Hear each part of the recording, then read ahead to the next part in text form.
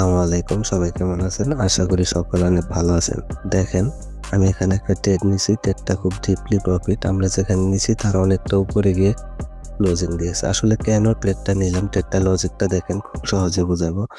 এটা একটা hidden level ছিল, যে হিডেন সাপোর্ট লেভেলটাকে রেসপেক্ট করছে মার্কেট। এখানে প্রত্যেকটা ক্যান্ডেল রেসপেক্ট করে উপরে যাওয়ার চেষ্টা করছে। মানে এটা একটা ডাউন ট্রেন্ড ছিল, এখন আপ ট্রেন্ডে শিফট হবে। তো এখানে এই ৩টা ক্যান্ডেলেরই দেখেন এখানে বাইরে রিজেকশন। অতএব আমি এখানে একটা যখন খুব হেলদি একটা সেফটি মার্জিন পাইলাম, মার্কেটটা যখন হুট করে নিচে আসলো, তখন আমি 2টা ট্রেড প্লেস করছি। যেহেতু সবসময় একটা ট্রেড করি, এখানে একটু ওভার শিওর, তাই 2টা ট্রেড নিয়েছি। দেখেন খুব ডিপলি আমাদের প্রফিট হয়েছে।